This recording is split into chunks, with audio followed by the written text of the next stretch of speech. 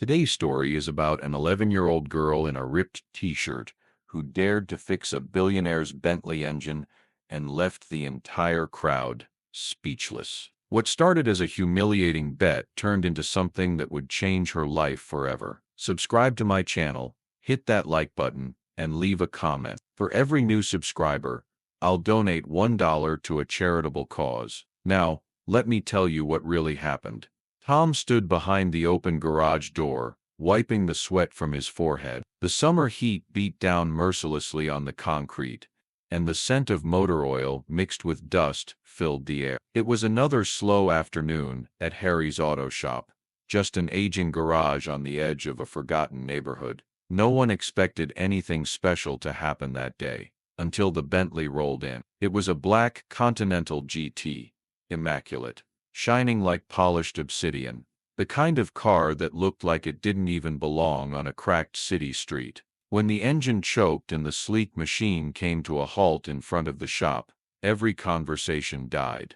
A tall man stepped out. His white loafers hit the ground like punctuation marks. He wore a pale blue shirt that looked like it cost more than the whole building. People in the neighborhood recognized him instantly. Devin Slater, real estate mogul, casino tycoon, one of those billionaires who never looked down, only forward. He scanned the place with mild disgust. "Who's the mechanic here?" Harry stepped forward. His clothes were worn, his hands stained from years of grease and labor. "That would be me." Slater raised a brow, half amused, half annoyed. "Figures." Tom watched from the side as Harry approached the car. Slater motioned toward the hood. "It won't start. I have a meeting in 40 minutes. If you fix it, great. If not, I'll have it towed. I'm not here for charity work." Then from behind Harry came a small voice. "I can try." Everyone turned. It was Lila, Harry's daughter. Barely 11, wearing a dirty t-shirt 2 sizes too big, and sneakers with holes in both toes. Slater squinted at her like she was a stain on his luxury car. "You?" Lila nodded, calm, serious. "If I fix it, you give me $1,000, and you stop treating my dad like garbage." There was a pause, then a sharp laugh from Slater. "A bet?" from a little street girl. He looked around. A few people had started filming with their phones. Even Harry looked stunned. "All right, princess. You fix my $300,000 Bentley, and I'll give you your little $1,000. But if you mess it up, I'll buy this dump and bulldoze it tomorrow." Harry stepped forward. "Lila, no, this isn't a game," but she didn't even flinch. "I've seen this engine before, Dad. I know what's wrong." With that, she walked toward the front of the car. Slater smirked and stepped aside. Lila popped the hood and stared into the complex heart of the Bentley. Twin-turbo V8, layers of electronics, sensors, luxury wrapped in horsepower. For most kids, it would have looked like a spaceship, but she didn't hesitate. She reached in with both hands, disconnecting the battery, adjusting a valve, tightening something so small no one else even noticed it.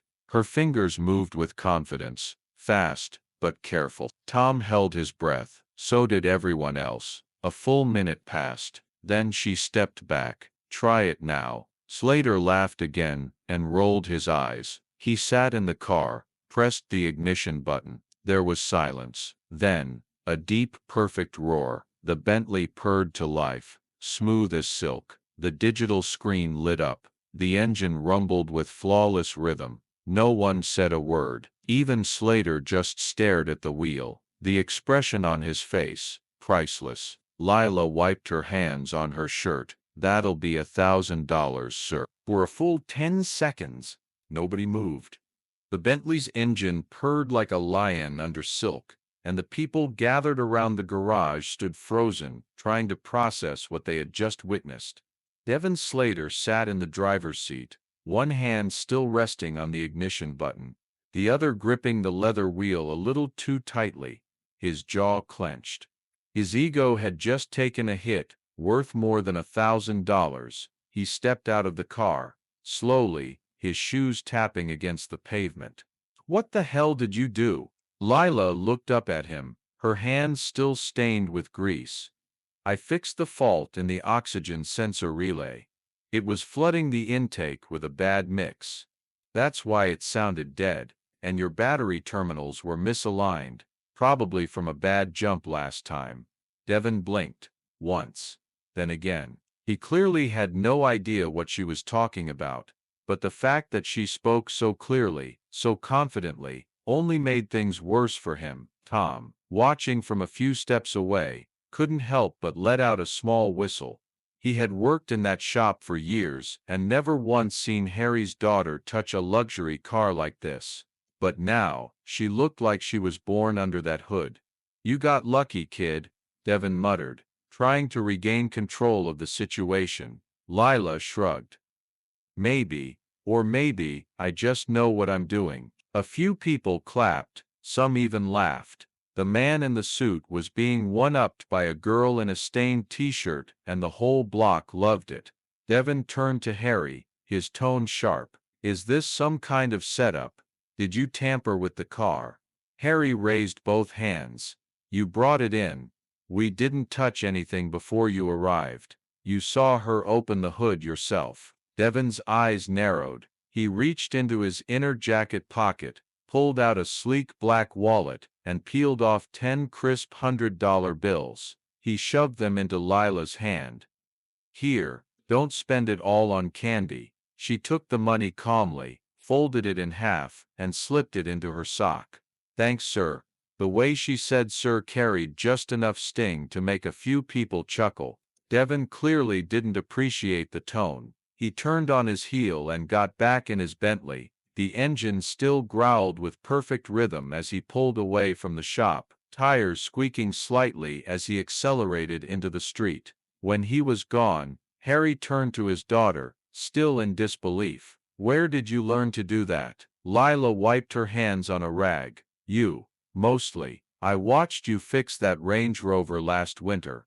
The engine setup was similar. And I read the manuals you throw out." "You read those manuals?" She nodded. "I like them. They're like puzzles. I don't always understand everything, but I see things." Tom stepped closer, arms crossed, clearly impressed. "That wasn't just seeing, kid. That was precision. You knew exactly what to touch and what not to." Lila gave a small smile. "The car talked. I listened." Harry let out a dry laugh and rubbed his forehead. "Well, next time, maybe tell me before you make a $1,000 bet with a billionaire, huh?" "I knew I could fix it," she said. "I just needed him to give me a chance." Later that evening, after they had closed up the garage and walked back to their trailer behind the lot, Harry sat on the steps, the night breeze ruffling his thinning hair. Lila sat beside him, swinging her legs. He looked over at her. "You're not just smart, you're special." She looked down at her sock, where the money still sat folded. "He didn't like losing." "No, he didn't. But he'll remember you, and that scares men like him more than losing a bet." They sat there in silence for a moment, staring up at the stars. Inside the garage, the tools were quiet. The Bentley was long gone, but something had shifted. In the air, in Harry's heart, and deep inside Lila. What none of them knew yet was that Devon Slater wasn't done. He wasn't the kind of man to let a child embarrass him, and in the days to come, he would return, not with words, but with power, and this time, he wouldn't be smiling. The next morning felt quieter than usual. The air hung heavy over the garage, the kind of silence that made even the sound of birds feel out of place. Harry moved slowly, organizing tools, pretending to be busy. But his eyes kept drifting to the gravel path, where the Bentley had been parked just 24 hours earlier. Lila sat near the back of the garage, flipping through a greasy repair manual with a torn cover. Her head was down, but her ears caught every noise, every footstep, every passing car. She hadn't said much since yesterday, but her mind was far from calm. Then, without warning, a long black SUV rolled into the yard. The tires barely made a sound. It didn't honk. It just stopped. The driver stepped out, a tall man in dark sunglasses, wearing a Bluetooth earpiece and holding a metallic briefcase. He scanned the garage like he was appraising something cheap at an expensive auction. He walked up to Harry and said one sentence, flat and professional. "Mr. Slater would like to make an offer." Harry frowned. "An offer for what?" The man turned and pointed directly at Lila. "Her." The words hit the air like a gunshot. Lila looked up, surprised. Harry stood straight, voice sharp. "You want to buy my daughter?" The man didn't blink. "Mr. Slater believes the girl has potential. He'd like to fund her education. Bring her to his private tech facility. She'll be given tutors, housing, and a future most people can't imagine." Lila slowly walked closer, curiosity and caution battling on her face. "What would I have to do?" The man turned to her, cold but honest. "Use your mind. Help develop systems, solve problems, create technology for vehicles and defense." Tom, who had just arrived with coffee, paused mid-step when he heard the word defense. Harry crossed his arms. "And what's the catch?" "No catch. Mr. Slater is impressed. He wants her on his team." Lila looked at her father. "It's a chance, Dad." Harry didn't answer right away. His fingers curled around a wrench, knuckles white. "Let us think about it," he finally said. The man nodded and placed the metallic briefcase on the workbench. "Inside is a welcome bonus. No pressure. You have 48 hours. He turned and walked back to the SUV. The engine purred as it rolled away, as silently as it had arrived. Harry opened the case. Inside stacks of $100 bills, neatly banded, along with a sleek silver card that read, "Slater Industries at access level pending." Tom whistled low. "That's a year's worth of work in one box." Lila stared at the money, then at her dad. "You always said I was meant for more than this garage." Harry didn't answer. He closed the case and slid it under the bench. "I also said we don't sell our souls for money." That night, while Lila was sleeping, someone knocked at the trailer door. Harry opened it, cautious. No one was there, but on the ground sat a small package. No address. No name. Inside, a flash drive. Harry inserted it into the old laptop in the kitchen. At first, just static. Then folders. Dozens of them. Slater _ Bentley _ firmware. Slater _ prototype _ ghost. Harry clicked one. Documents opened. Lines of code. Diagnostic reports. Internal emails. The kind of files that didn't belong anywhere near a child or a garage. Lila had seen something. Something she probably didn't even realize. Something Slater didn't want out in the world. He didn't just want to recruit her. He wanted to control her. Harry unplugged the drive and locked it in the drawer under the sink. Outside, a black drone hovered silently above the trees, watching. The next day, nothing looked different. But everything had changed. It started with the power going out. Not just a flicker. The entire garage and trailer lost electricity at exactly 7:00. The coffee machine stopped mid-brew. The radio went silent. Even the security camera monitor blinked into blackness. Harry stepped outside, squinting up at the power lines. Everything looked fine, but he knew better. A few minutes later, a city utility van rolled up. Two men in orange vests stepped out, one holding a clipboard. "Routine maintenance, sir," one of them said. "Should be back up by this evening." Harry didn't believe a word of it. That same day a letter arrived from the city, building code violations, unpaid taxes, a zoning inspection scheduled within 72 hours. By noon, 3 more letters came, 1 from the state, 2 from the IRS. Tom stood beside the workbench, reading one of the notices aloud. "They're trying to choke you out, man. This isn't random." Harry nodded, eyes narrowed. It's Slater. He didn't like what she did, and now he's making us disappear. One permit at a time. Lila listened from the back of the garage. She didn't say anything, but her hands clenched into fists. Later that night, Harry sat in the kitchen, flashlight propped on a chair while he reviewed the files from the flash drive again. The more he read, the more unease grew in his gut. The documents hinted at something massive, an internal override code installed in high-end vehicles, potentially allowing remote control of steering and brakes. There were emails mentioning government trials, classified tests, and phrases like autonomous risk compensation, and every file was connected to Slater's tech company. He closed the laptop and locked it in the toolbox under the sink. Lila appeared in the doorway, rubbing her eyes. "Couldn't sleep," she said. He motioned for her to sit. "We're in trouble, sweetheart." She nodded. "I know. They don't want people to know what I saw in that car, do they?" "No, and I think they're watching us already." A low hum passed outside, like a drone.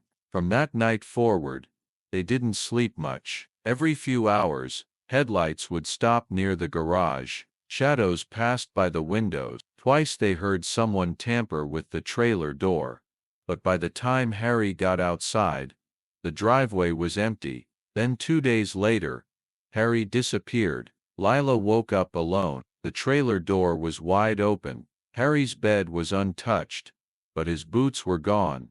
His phone sat on the counter, cold coffee in the mug. She ran to the garage, heart pounding. No sign of him. Tom arrived 20 minutes later and found her sitting on the concrete, holding her knees. He'd never seen her cry before, but this time, she couldn't stop. "They took him," she whispered. Tom didn't argue. He'd seen the men in suits the day before, loitering near the mechanic shop across the street. "You need to hide," Tom said. "You can't stay here." Lila wiped her face. "I'm not hiding. I'm finding him." Tom hesitated. "You have somewhere to go." She nodded slowly. "Rex. Dad's old friend. He used to work in the race circuit. Remember? He lives 2 towns over." Tom helped her pack a small bag. Just the essentials, a change of clothes, the laptop with the flash drive, and a toolkit half her size. He watched as she climbed onto her rusty BMX bike, determination in her eyes. "Take the back roads. Don't stop for anyone. And if anyone follows you, I'll lose them," she said, already pedaling. The sun was low, casting long shadows across the cracked pavement as she disappeared down the alleyway. Behind her, across the street, an unmarked black sedan slowly pulled out of a side lot and followed. By nightfall, Lila had crossed 2 counties. She kept off the main roads, cutting through alleys, riding behind abandoned warehouses and past silent fields. At one point, she heard tires behind her, low, slow. She ducked behind a dumpster and waited. The sedan passed, headlights off. She waited 10 more minutes before moving again. At 11:43 p.m., she reached the edge of a junkyard surrounded by chain-link fence. The gate was locked, but she squeezed through a tear in the wire. Inside, she knocked 3 times on the metal trailer tucked between old car frames. A light came on. The door opened. A man with oil-stained fingers, long beard and tired eyes, looked down at her. "Lila." She nodded. "I need your help, Uncle Rex. They took my dad." Rex hadn't seen Lila in over 2 years, but the moment he opened the door and saw the dirt on her face and the fire in her eyes, he knew something serious had happened. He motioned her inside without a word. The trailer was small and smelled of old gas and coffee grounds. Tools hung on every wall and a stack of half-dismantled engine parts sat on the dining table. Lila placed the laptop bag on the counter and turned to him. "They took my dad. Slater sent people. I need to get him back." Rex crossed his arms. "What exactly did you two get into?" She pulled out the flash drive and held it up. "They've got something bad. I found codes in that Bentley. overrides, remote commands, and I think Slater's using them for military testing. Rex rubbed his face. Damn. You're 11, right? 12 in 3 weeks. He gave a humorless chuckle. Well, happy early birthday. Lila plugged the flash drive into his ancient desktop. The files opened quickly. Rex scanned through the data, clicking deeper than Harry had dared. It's all real, he muttered. These aren't just diagnostics. These are access protocols, emergency overrides. Some of this stuff, it looks like it came from DARPA. They're using luxury cars to test military control systems. If these files leak, Slater's company burns. Rex turned slowly to her. You understand that if you publish this, you're not just making enemies. You're becoming one. She nodded. Then let's do it right. Over the next 2 days they worked in shifts. Rex built a protected archive system. Lila rewrote some of the file paths to prevent them from being traced. They contacted 3 journalists. One responded. His name was Marcus Venn, a tech reporter with a reputation for chasing forbidden stories. He agreed to meet them in person. They chose a diner an hour outside the city. Neutral ground. Rex didn't like the idea, but Lila insisted. They needed to move fast. At 9:10 p.m., Marcus arrived. He was tall, wore a tattered leather jacket, and kept checking the windows. You got the files? He asked. Rex nodded, and slid him a drive. Marcus plugged it into his laptop. His eyes scanned the contents. He whistled under his breath. You know what this is? This is federal prison-level stuff. Slater already took my dad, Lila said. What's next, me? Marcus hesitated. Then he closed the laptop. All right. I'll publish the story, but I need 24 hours. This isn't the kind of thing I can drop without backup. Lila nodded. That night, Rex and Lila returned to the trailer. She fell asleep for the first time in days, curled on the couch with a blanket and a wrench, clutched in one hand like a sword. But Rex didn't sleep. Something about Marcus's tone had felt wrong. By morning his suspicion became truth. The door burst open at dawn. 3 men in tactical gear entered fast. No warning. One grabbed Rex, the other yanked the laptop cable from the wall. Lila jumped up and ran, barefoot, through the back door. She darted between rusted trucks, slipped under a broken fence, and kept running. Her lungs burned, but she didn't stop. Behind her she heard shouting, and then tires screeching. She knew this wasn't just about the files anymore. Someone had sold them out. By noon, she confirmed who. Tom. She found his name in the system logs, on a public library computer. His ID had accessed one of the mirror sites Rex had set up as backup. She sat there frozen. He had helped her pack. He had watched her ride away, and then, he had called them. Maybe they threatened him. Maybe they paid him. It didn't matter. He had betrayed her. And now Rex was gone, and Harry. Wherever he was, she was alone again. But not for long. Before leaving the library, she sent a single encrypted message through a hidden network Rex had shown her. It contained only one sentence. I'm not finished yet. The invitation wasn't real. But the wristband was. Lila had forged it, using a 3D printer at a community makerspace, matching it perfectly to the ones worn by VIP guests at the Slater Industries annual product showcase. She'd watched enough of their live streams to know exactly what shade of blue the band was and how to embed a magnetic strip for access. She slipped past security like a shadow. The event was held at a luxury expo center in the city. Glass walls, LED ceilings, hundreds of cameras. The room buzzed with media, engineers, investors. In the center stood a massive circular stage with a sleek silver car parked dead center, glowing under white lights. Slater's newest prototype, autonomous, AI-assisted, self-parking, self-braking, and, according to the pamphlet, safer than any human driver alive. Lila knew the truth. She moved through the crowd in a borrowed blazer and oversized hat. No one looked at her twice. Her backpack was light, one hacked tablet, a USB transmitter, and a tiny screwdriver she kept taped to her wrist. From the corner of the room, she spotted him. Devon Slater stood on stage in a dark gray suit, smiling wide, every tooth in place. Behind him, giant screens displayed performance metrics and demo footage of the new car weaving through obstacles. "Today," he said into the microphone, "we unveiled a vehicle that will change everything." Applause. This car cannot crash. It cannot be hacked. It is, by design, beyond human error. More applause. Cameras flashed. Journalists typed frantically. Lila reached the maintenance terminal behind the curtains, dropped to her knees, and pulled open the panel. She connected the tablet, bypassed the login with a code Rex had taught her, and uploaded the override packet she and Harry had discovered weeks ago. The tablet vibrated once. Confirmation. She looked up at the screen. Slater turned to the prototype car. "Let's demonstrate its response system, shall we?" He gestured. A driverless routine began. The car pulled forward, turned smoothly, and began circling the stage. The crowd clapped. Now imagine, full speed, 100 miles per hour, cornering it.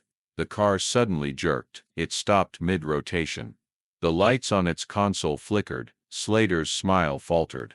"What the?" The car revved once, then accelerated, not forward, but directly toward the LED wall. People screamed.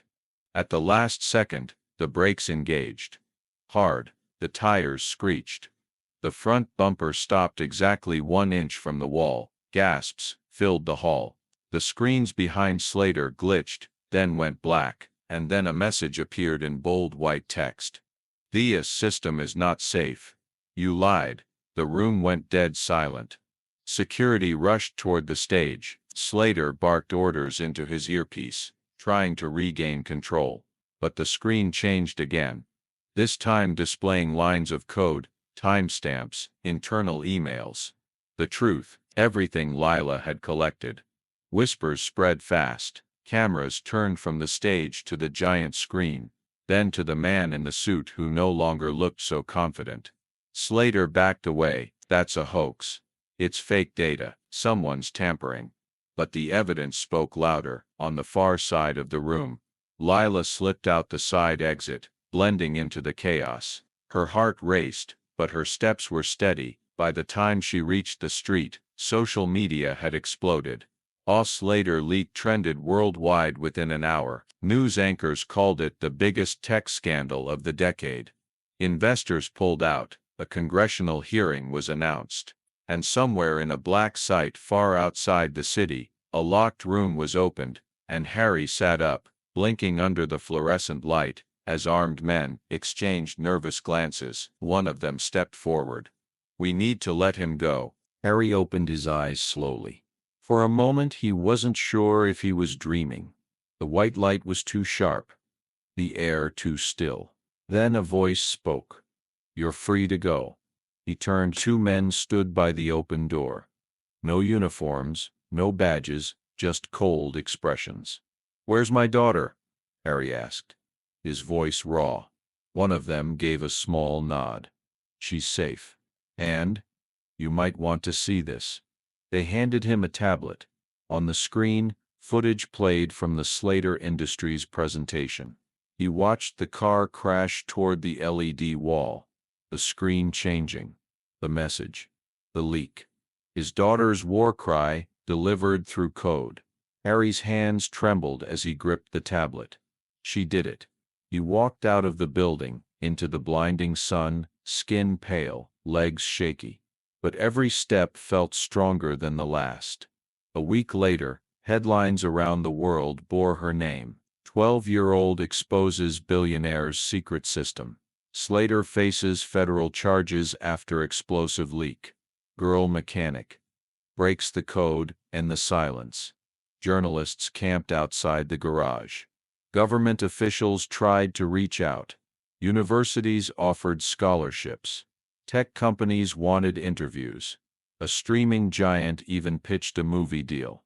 But Lila refused them all. She was sitting on the steps of the trailer when Harry walked up the gravel path.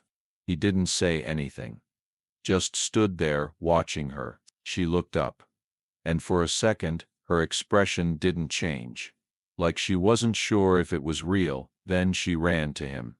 They didn't speak for a while. They didn't have to. Later that night, as they sat in the quiet hum of the garage, Harry finally asked, "Why didn't you take the offers?" Lila looked down at the socket wrench in her hand. "They want the story, not me. Not the real me." He nodded. "What do you want?" She looked around. At the dusty windows, the walls stained with time, the scattered tools, the crooked sign outside that read, "Harry's Garage." "I want this, I want to fix things. Real things. With you." The next morning, a strange sound echoed outside. A tow truck was unloading something large, something black, glossy, familiar. It was the same Bentley, but this time a note was taped to the hood. "For Lila, I owe you more than an apology." Rs. Harry read it twice. "Is this from retired Supreme Court Judge Robert Samuels?" Lila said. "I sent him an encrypted file 3 weeks ago. He used to be Slater's personal investor." Harry let out a long breath. "You're 12. She grinned. "Almost 13. The Bentley stayed parked by the side of the shop. Lila never drove it, she just kept it clean, checked its systems weekly, and sometimes sat inside with the door open thinking. People came from miles away just to see her. Some brought cars, some brought gifts, some brought nothing but stories, and asked her to listen. She always did."